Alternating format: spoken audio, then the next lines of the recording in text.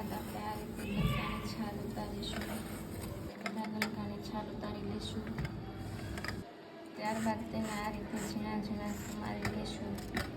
ગલકાને આ રીતે બારીક સમારીશું. બાદ આપણે તેલ ગરમ કરવા મૂકીશું. તેલ ગરમ થયા બાદ તેમાં થોડી રાઈ ઉમેરીશું. જીરું ઉમેર્યા બાદ તેમાં બારીક સમારેલા ગલકા ઉમેરીશું. સ્વાદ અનુસાર મીઠું ઉમેરીશું.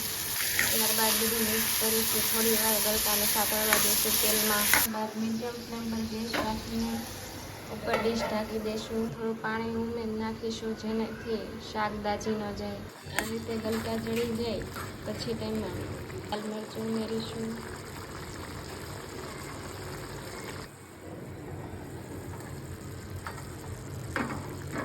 જીરું પાવડર ઉમેરીશું. આપણે જે ડીશ ઉપર પાણી મૂક્યું તો તે ઉમેરીશું.